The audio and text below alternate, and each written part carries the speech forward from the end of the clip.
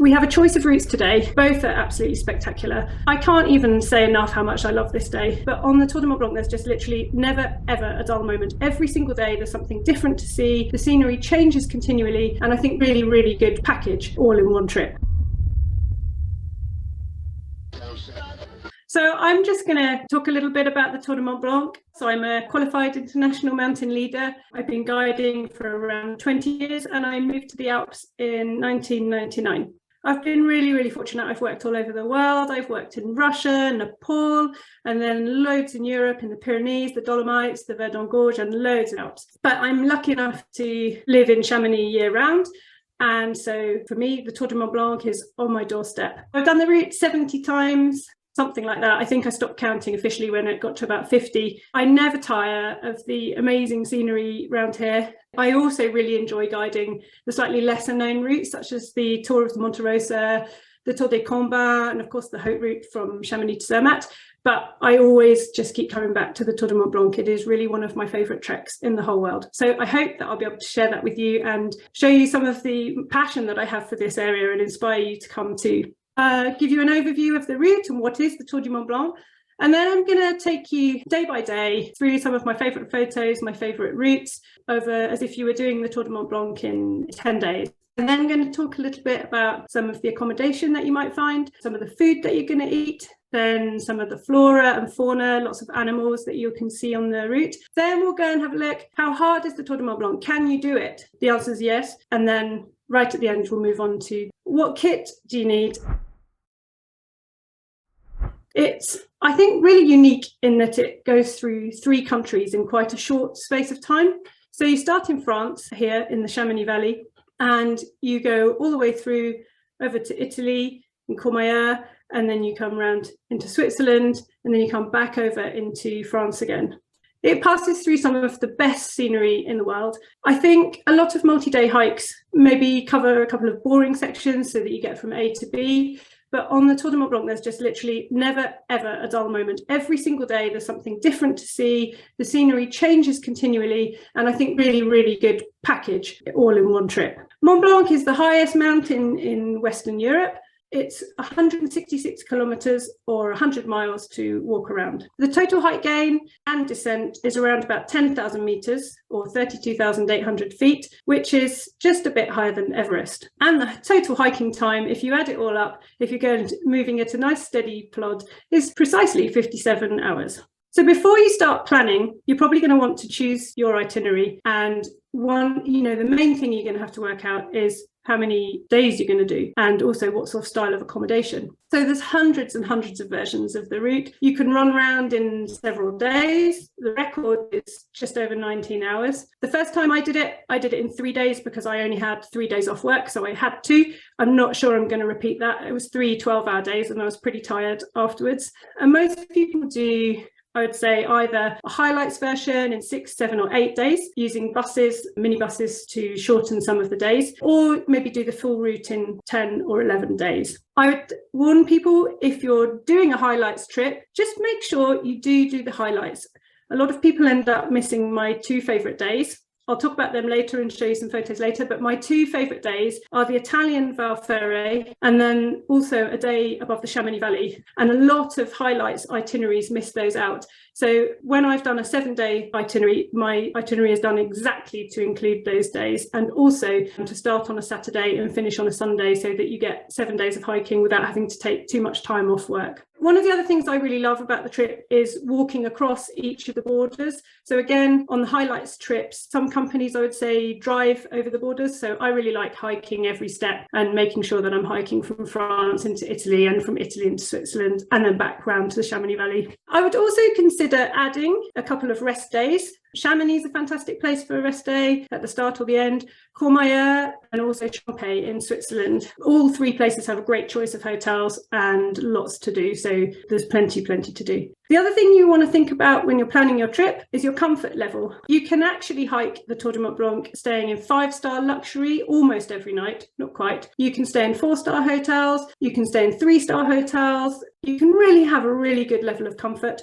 Or if you're on a budget, you can stay in mountain huts and stay in dormitories every night, or you can camp the whole route. My trips, I've tended to aim at 3-star hotels, so a kind of really nice level of comfort that's not going to break the bank. And also the Tour du Mont Blanc is a particularly good trip to have luggage delivery on. The luggage delivery is really good value. You can have a bag sent round to be in your hotel every night. The bags can even get to some of the mountain huts, but not all, because they have a 4x4 vehicle. But there are a few huts that can't be served. But you can have your luggage most days on this trip.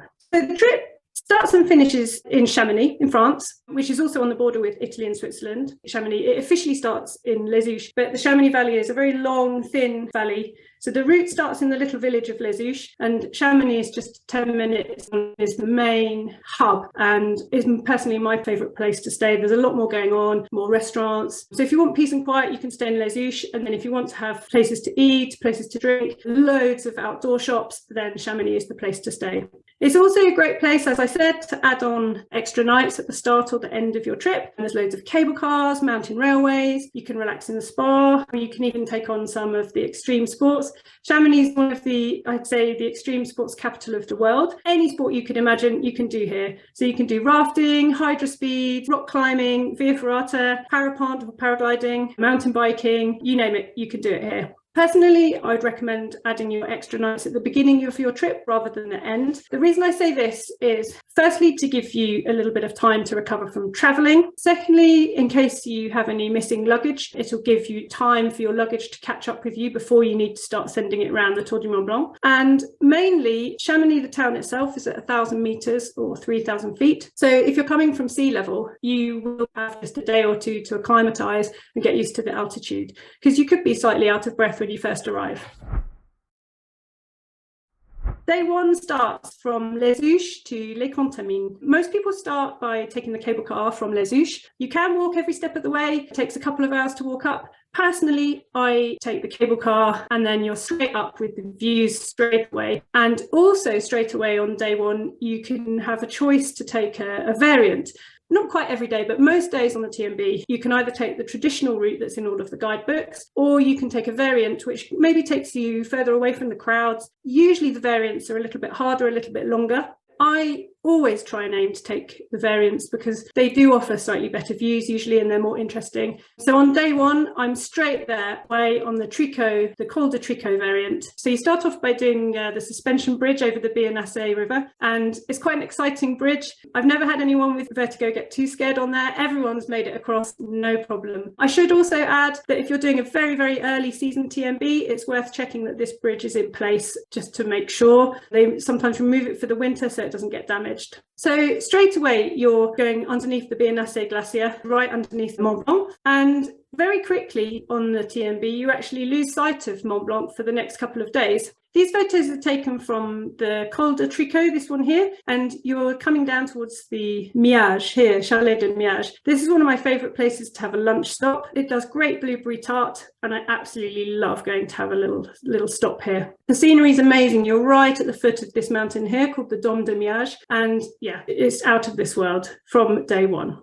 Day two, and we start in Les Contamines. We're still in France, and we start with about an hour's walk on the flat until we get to this church called the Notre Dame de la Gorge. Today is, most people say, is their hardest day on the trek, partly because it's quite a long day that comes early on, and also partly just because it's quite long. It's about 19 kilometres, 11.9 miles, and there's 1,348 metres of height gain, so that's quite a lot, which is about 4,450 feet. There are two cols as well. So basically you start the day and you're walking uphill pretty much the whole morning till just after lunch even. You do the Col de Bonhomme and then you do the Col de la Croix de Bonhomme. It's nothing to panic about this day. It's always beautiful scenery. You can always stop and have a rest. Yes, it is a lot of uphill all in one go, but if you just kind of plod steadily and slowly, you're going to get there. And it's just stunning, stunning scenery. After you've gone up to the Col de la Croix de Bonhomme, you're going to start coming down towards the village of Les Chapiers, which is in this valley here. So it's quite a steep downhill, and certainly by the time you get to Les Chapiers, you're going to want a beer. Next day, day three, we're going from Les Chapiers over to Courmayeur. we're going over into Italy. So I always try and start the day with a visit to Bernard, who runs a working dairy farm. So this is in Ville des Glaciers. Bernard has had this farm in his family for generations, and he works so hard. When we're there, you'll see him in action making the cheese. I definitely stop in and buy some cheese so that we can taste the amazing Beaufort. It's a really distinctive taste and only made in this region. After we've tasted our cheese, we're going to start heading up the Col de la Seine. So this is going over towards the border with Italy. We're in the shadow of a mountain called the Aiguille du Glacier. And again, just more stunning scenery. It's not all hard work. We do have a little rest on the way up. I certainly get requests to stop here just because it's so beautiful, surrounded by the mountain flowers. And then finally, you make it to the Col de la Seine, the border with Italy. So from here, it's the second highest col on the trip. A col is a mountain pass, so 2,516 meters. And this is going to be your first view of Mont Blanc from the Italian side. So from here, the scenery just gets better and better and better. You're going to head down, and the first thing I do when I get over the border is go and stop at the Elisabetta hut, go and see my friend Davide, and I'm going to probably have lunch here, or at the very least, I'm going to have a coffee. They serve amazing food, risotto, pasta, polenta, you name it. Just perfect Italian cooking in the most amazingly beautiful setting you can imagine. It's right at the foot of the Les Blanches glacier here, and the views towards the Val Veni are just really, really beautiful. So yeah, as you can imagine, I love stopping here. It's not all about the hiking for me. I also really, really enjoy seeing the people and experiencing the food along the way also. So this is still in the Val Veni, coming down from the Col de la Seine. So you can see this is the border here, the Col de la Seine, the border with France. And we've, by this point, eaten some cheese, walked from France into Italy, had lunch at the Elisabetta hut, perched here, seen Mont Blanc from the Italian side, and then coming back down past the Lac de Combal. And tonight we're going to head to the vibrant town of Courmayeur. Those of you who are eagle-eyed will notice that I'm actually missing a day out of the guidebook here. The reason I'm doing that is actually more because it's so hard to book accommodation here in the Val Veni. And so for my personal 10-day trips, we just go straight to Courmayeur. But if you wanted to walk every step of the way, then you can do an extra day from Combal over to Courmayeur. And it is beautiful. So when we arrive in Courmayeur, first thing I'm going to do, go and find the Café de la Posta, go for an Aperol Spritz and have some snacks. Also, I'm going to probably stuff my face with gelato as well, because there's quite possibly the best place in Italy to buy ice cream. So I usually have a great time in Courmayeur, and again, a really good place to have a rest day. You can do nothing but eat and drink all day long if you like. And there's also some really nice cable cars to go up and a really nice thermal spas as well. So next day, my favourite day, the Italian Val Ferret. I can't even say enough how much I love this day. I'm going to keep talking about it. You just get the best views of Mont Blanc, and it's just stunning. We have a choice of routes today. Both are absolutely spectacular. There's a balcony path, and then there's also the Mont de la Saxe Ridge, one of the variants. The official Tour du Mont Blanc route on the map goes on the balcony route. That's about 4 or 5 hours to get from Courmayeur to the Bonatti hut. If you do the balcony route, I would say by no means is it a second choice. It's absolutely beautiful. You still see views of Mont Blanc the whole way along. And it can be nice to have an easier day.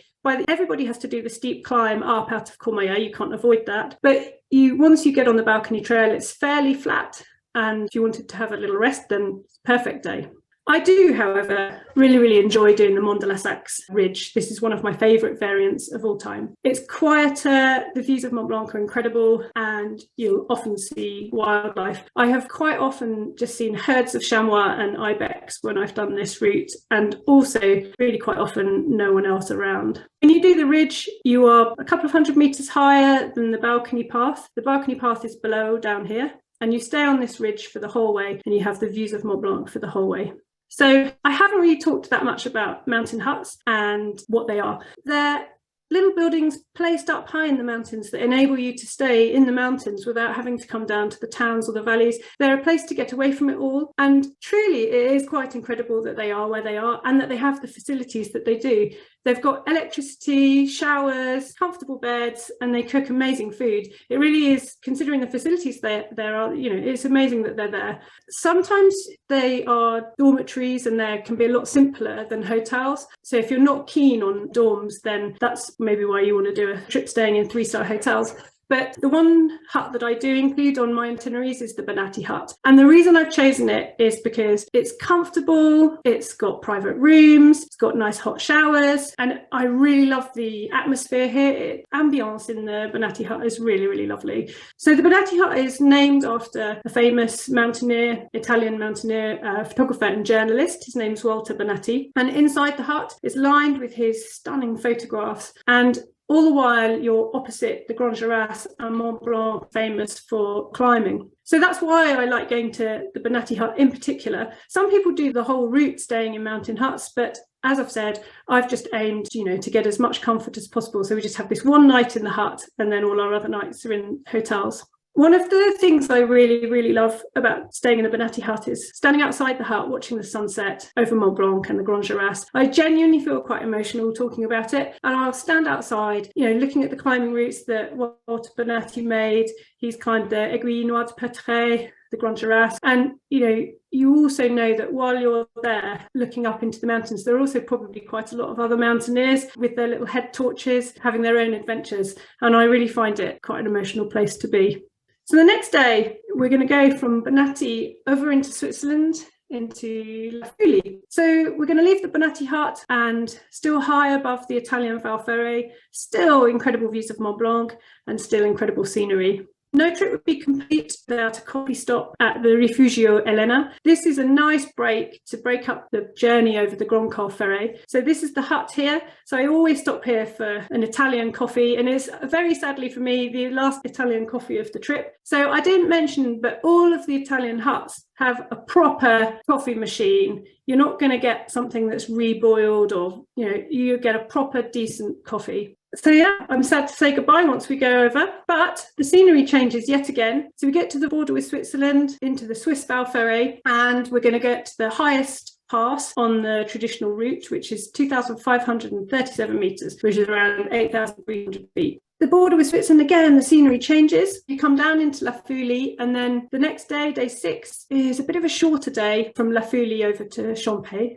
in Switzerland the whole day. And you start seeing more traditional villages, traditional old farm buildings like these mazos, and what we call the chocolate box chalets. Everything is neat and tidy. Everyone's got perfect flower boxes, perfectly stacked wood piles. Everything works like clockwork because we're in Switzerland. Public transport works no problem. Actually, today, even though it is a bit easier, it's still 17 kilometers, but it is a bit easier than some of the other days because it's less height gain. But you can take the bus really, really easily if you want to just take the bus to Champay. But I do like hiking this day. It's just really nice to have a change of pace and a change of scenery and to stay in a valley for a day.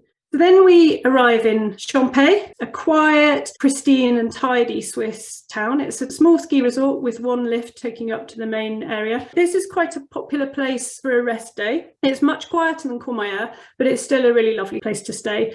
And there's a couple of shops, there's an alpine garden, there's an artillery museum, and you can also take a bus to Martigny, the big town, the Roman town, or you can even get to the St. Bernard Pass and have a day exploring. After Champay, we are going to go from Champay to Trient or Falconer. On this photo that I've taken here, I'm actually not on the main route. I've taken my clients slightly higher up than the main route in order to get better views over the Rhone Valley. Here's another day where there's a couple of choices. So you can either choose the bovine route, which I think I'm going to say is my favourite one, or you can do the Fenêtre d'Arpette, which is much harder and much more rugged. I tend to do the bovine just because the views are amazing. And I also particularly like going to have my lunch here at the Bovine. Now, this is run by Nathalie. She's a cow herder. She has amazing Errance cows that make fantastic cheese. The reason she's here is actually for the cows. It's not to serve us all tasty omelettes on the TMB, but she really is fantastic. She cooks here with no electricity, and she's cooking everything on the hob with her daughters and her family, and she just produces delicious food. She's so lovely as well. I absolutely love going to stop and see Nathalie. And you can't beat these views. The views of the Rhone Valley, yeah, really, really stunning. So I would say bovine probably takes about 6 hours to hike the whole route, but if you take it easy, this is. Other choice for the day is to do the much more rugged Fenêtre d'Arpette, which is the Arpette window. So if you do this route, you'll get really close up to the Trient Glacier, and you can see how rugged it is here. It's very, very rocky. The path is sometimes undefined, I'd say you have to choose your conditions carefully. If there's bad weather, I totally don't do this route. I wouldn't do it in the rain. I wouldn't do it if there's too much snow. You can have a risk of rockfall here. So I want to have perfect conditions if I'm going to do the Fenêtre d'Arpet. It usually takes, I'd say, about 8 hours from Champey over to Trion. I keep talking about Trion. There's another place to stay called Fauclas, and I personally don't mind whether I stay in Trion or Fauclas. They're both quite small with just 1 or 2 buildings and both nice tiny little villages. That's where the simplest accommodation is, but I always personally aim for the place where I can get private rooms and nice hot showers. So the next day, another day where we walk over a border. So we're going to go from Trion over to Argentière and back into the Chamonix Valley. This is another chance to take a variant. So in this photo here, I'm on the CEP variant. The main route comes up this side, and then the little hut here is the Col de Balme, the border with Switzerland into France. So the CEP route that I took here, I don't think we saw anyone for the whole day. That was lucky, I guess, but we had on about an hour to the main route and just stunning views all the way. And you get back to see Mont Blanc and then all the stunning mountains of the Chamonix Valley. The next day, this is one of the most famous walks in Chamonix. It's one of my favourites. The Lac Blanc in particular is very, very famous and can be quite busy. I personally prefer the Lac des Chézeries, which we make sure that we do the route that goes past the Lac des Chézeries on our trips. The Lac Blanc, if you want to get it when it's quiet, you need to come when the lifts aren't open. It's usually a bit too snowy before the lifts are open in June. So if you want to get the Lac Blanc quiet, then you need to come in September after the lifts close. So the whole way along this route, we're going to get views of Mont Blanc just all day. And this is the Chamonix Valley underneath, just here. We're also going to be opposite the famous Mer de Glace, the Sea of Ice. So this is the route that's in the winter. This is the famous Vallée Blanche off ski run. You go up the Aiguille du Midi, round the back here, and then you can ski down to Chamonix. So it's really fantastic to be able to look up towards that. Although I will admit, it makes me feel quite sad seeing this picture. It's quite different from 20 years ago when I first came here to see how much the glacier is receding. Here we arrive at the Lac des Chézeries. This is my favourite picnic spot on the whole TMB. It's just quieter than the Lac Blanc. A lot of people go to the Lac Blanc because they can get there by cable car, but to get to the Lac des Chézeries, you have to walk under your own steam. So there's slightly fewer people. You can almost always get a reflection of Mont Blanc in the lake if you walk around the lake. There's just a really nice place to stop.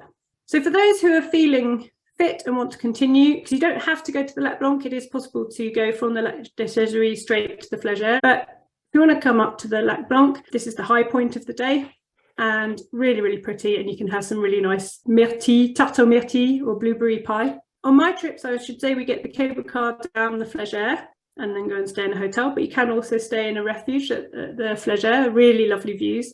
And you can also stay in a refuge here. Quite hard to book this one.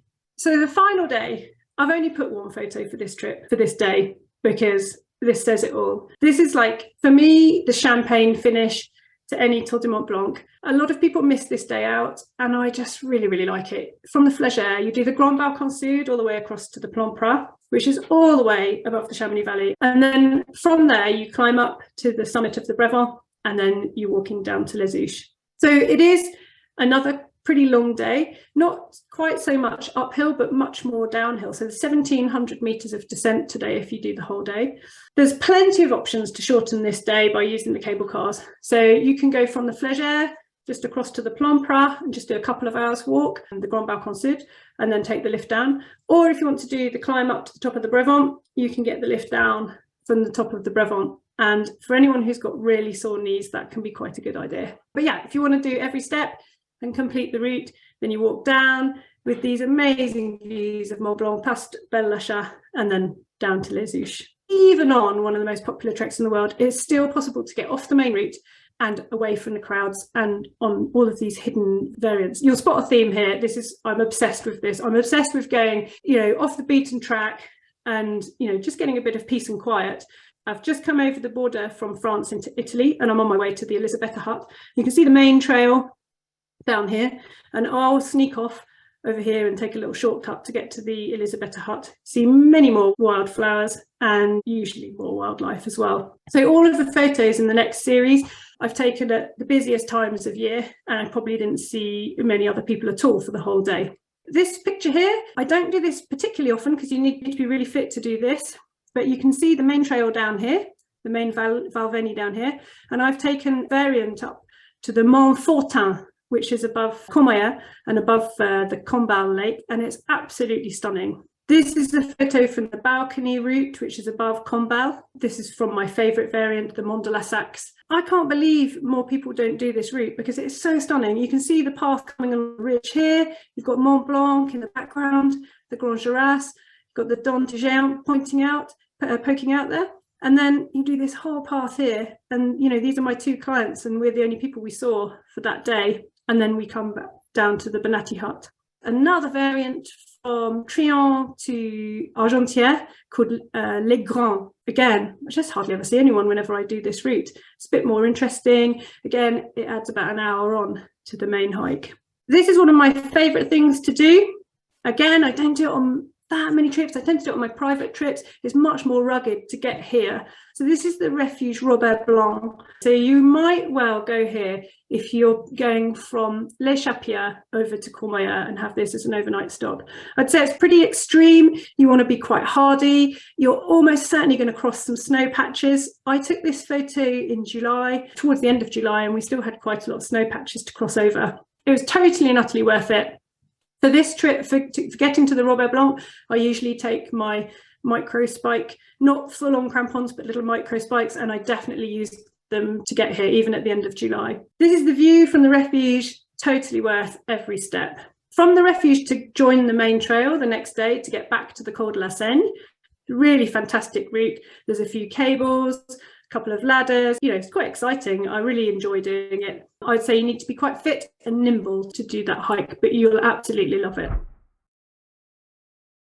Next, I'm going to show you a few pictures of flowers. There are so many flowers on the TMB. I'm just going to show you a few. This is alpine toadflax and then an orchid. And you're definitely going to see some flowers, whether you come in June, July. So this is quite a rare Martagon lily, just a couple of metres from the edge of the path. You'll definitely see some amazing flowers and you don't have to go very far to get photos like this. Even though it is quite a popular trek and quite busy, I still do see quite a lot of wildlife. Almost everyone's going to see marmots while they're on their trip. And if you're lucky, you'll see ibex, these little fellows here. I tend to see ibex in the Aiguille Rouge area above Chamonix. So on the day where you go to the Lac Blanc, you'll often see them. And I took this photo, like there's no zoom used. I was just a couple of meters away from him. And then on the last trip I did, I don't always see these, but I am starting to see them more often. This is a bearded vulture, or lammergeier. I saw one of these on the last trip. I saw two actually. We were so excited. They're one of the biggest birds of prey that you'll find in Europe, and the wingspan's 2.5 meters. So it's just incredible to see these so close up. I told you that I aim for comfortable accommodation, so that's just my personal choice. I really, really like being able to have a nice, comfortable bed, not have to listen to other people snoring when I'm on the hike, have my own room and have an ensuite bathroom. Call me a princess maybe, but that's just what I like. So that's what I've chosen for most of my trips. So I aim for 3-star hotels wherever there's a choice, but we also do the trip with 4-star hotels and with 5-star hotels. We actually recently won one of the British Travel Awards, so I was really pleased about that. And some of our luxury trips are also really cool. A lot of our hotels have swimming pools and spas. I'm usually a bit too tired at the end of the day's hiking to make use of it all, but even so, it's nice to have, especially when you get back to Chamonix. All of the hotels that we stay in are family-run hotels. We've known the owners for years, and they put a lot of passion into their properties. And I just think, you know, wherever I can safely say, wherever there's a choice of hotel, we're going to be in the best one, the one with the friendliest people, the one that's, the, you know, it might not necessarily be the most luxury, but it's certainly the most comfort. The food that you're going to see along the way is really quite good. I have also put a lot of effort into trying to find some of the hotels that have really excellent cuisine. Traditionally, the local food is ham and cheese and cured meats, a bit more cheese, some fondues, but hotels also do cater much better nowadays for dietary requirements than they used to. If you're vegan, vegetarian, gluten-free, dairy-free, you're going to really be fed quite well. And I think they're improving all the time, particularly for vegans. You are not going to go hungry on this trip, that's for sure. I really like to make sure I have these little stops in place, and stop in the Chalet de la Flora, for example, on the way down from the Flégère, a bit more blueberry tart, and I make sure we have as many coffee stops as we can, especially in Italy. So I often get asked, what are the conditions like? You can be anything. You can have snow, rain, hail, wind, sunshine, heat wave. You can have most of that in the same week. I have certainly done a trip where I've been in shorts and t-shirt most of the time, and then snow for a couple of days, and then heat wave. You've got to be able to expect everything. This photo here is taken in mid-June, a couple of years ago, and I'm actually standing on the Grand Col Ferret.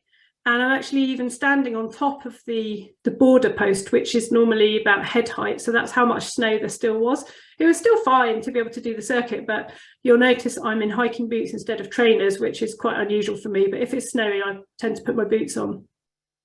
I've put this photo in here. This is my group on their day one above the Mer de Glace. We did have rain, and it was only for a day. And it's just to show that even if it's raining, we're all still smiling, and you can still see some really good views. It's not always foggy if it's raining. So this photo was taken in June of this year, and June is usually much more snowy than this. This was actually not that snowy compared to usual at the end of June, but we were still in shorts and t-shirt most of the way around. June can be snowy, basically July can be snow-free, usually quite hot, usually pretty crowded, but amazing flowers in July. August, still pretty good weather usually, can have maybe more thunderstorms. The flowers are starting to dwindle a little bit, but then you'll have other different types of flowers that flower later coming out, so there's still plenty to see. And in September, there are probably slightly fewer people, although more and more people are now cottoning onto this, that September is quieter. And as a result, I would say early September can still be busier than you might think. If you really want to get away from the crowds, you can come mid to end September. But just be aware, if you're coming at the end of September, a lot of the mountain restaurants start to close. So, for example, the Elena Hut usually closes mid-September, so you're not necessarily going to get your coffee, but you can still do the route, experience a couple of days of cooler temperatures. So, for example, in September, I often get a couple of snowy days, but it doesn't tend to settle. You can usually just still carry on wearing your trainers.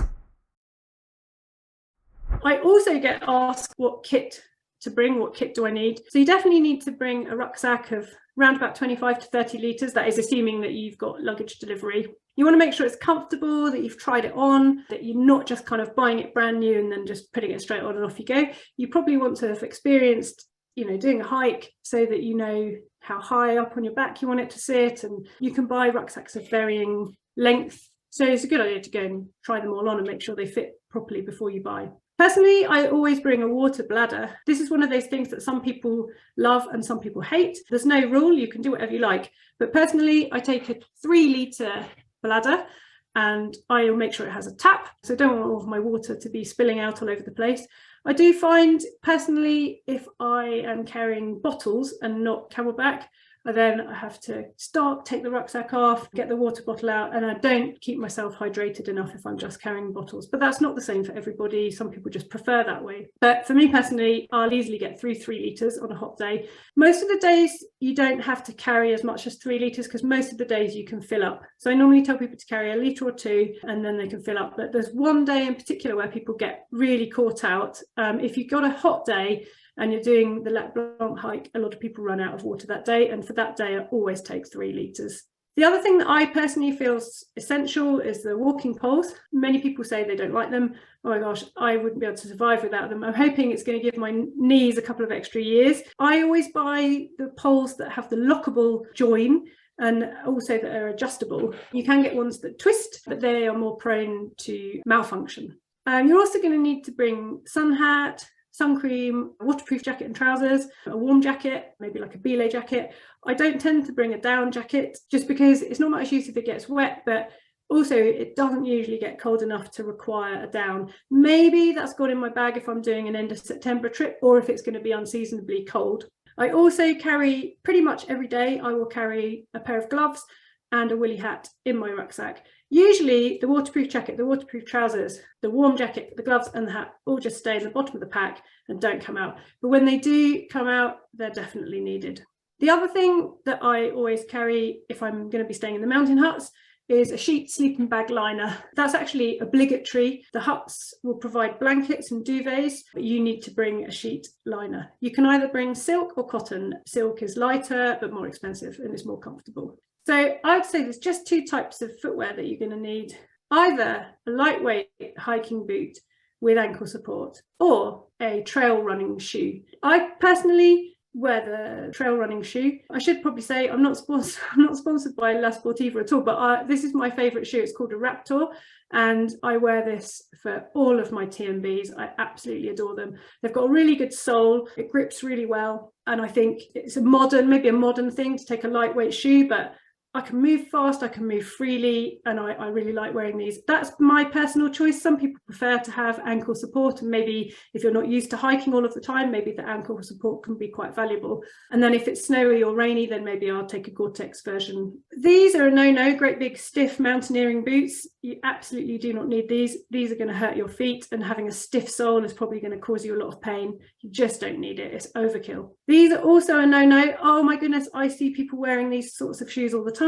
Definitely not a tennis shoe or a fashion trainer. The best way to get here is probably if you're coming from Geneva Airport. Geneva is the nearest airport, and that's in Switzerland. It's about an hour's drive from Chamonix, and you can also catch the train. The train journey is longer. It's about 2.5 to 3 hours. It doesn't run all the time, but it is a nice way to travel. It's very comfortable. It's really, really good value and easy. There's a railway station at Geneva Airport, so you don't have to carry your luggage very far at all. But you do have to change a couple of times, so that's worth noting if you have a lot of luggage. The easiest way to get here is probably by shared minibus transfer. I tend to recommend a lovely local company called Mountain Drop-Offs.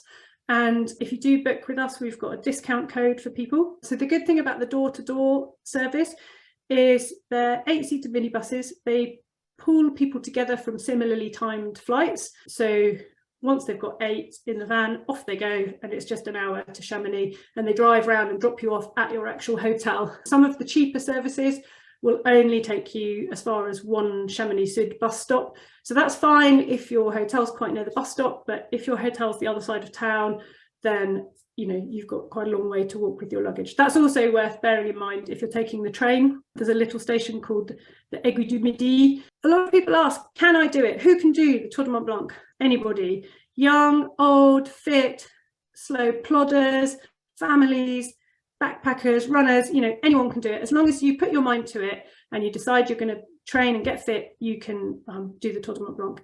I've even done the Tour du Mont Blanc with people in wheelchairs, people who are blind, and you can hire a off-road wheelchair and you can still do the TMB. You can still experience as much as possible in the off-road wheelchair. It is totally and utterly achievable. You're only going to be carrying around about 7 kilo pack, and you have to just be able to carry that for 7 or 10 consecutive days.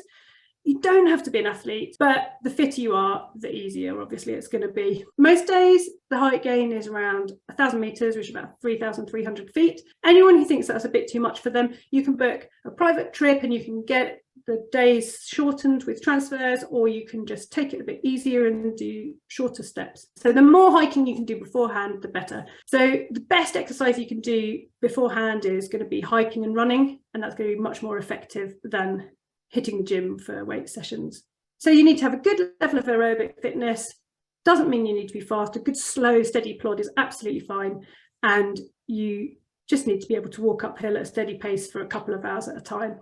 I get a lot of people asking me about the ladders day and a lot of people panicking about this, and I'd say don't worry, the ladders are absolutely fine. I've taken people with vertigo on these and been no problem at all. They're quite short. You definitely don't want to let go and fall off, but they are split into short sections of a couple of meters, and there's about 5 or 6 ladders in total. If you really don't want to do them, you can easily miss them out, and you can take the cable car to get to the Flagère to meet up with your group, or you can do an alternative route from the Col des Montés.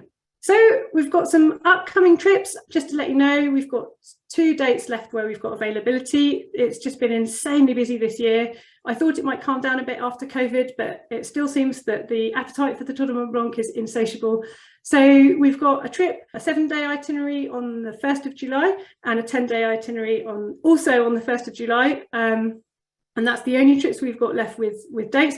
We're just at the moment about to put on some extra dates in August. As soon as I've confirmed the accommodation, we'll confirm the dates, and our 2024 dates are online already. A lot of people have been asking, you know, we were definitely taken aback by how popular it was this year, and I think you definitely want to have booked your trip round about September, October of 2023 if you're booking for 2024. Whatever year you do the Tour du Mont Blanc, it should be on every hiker's bucket list. It is just so beautiful. So come and join us and you can do it.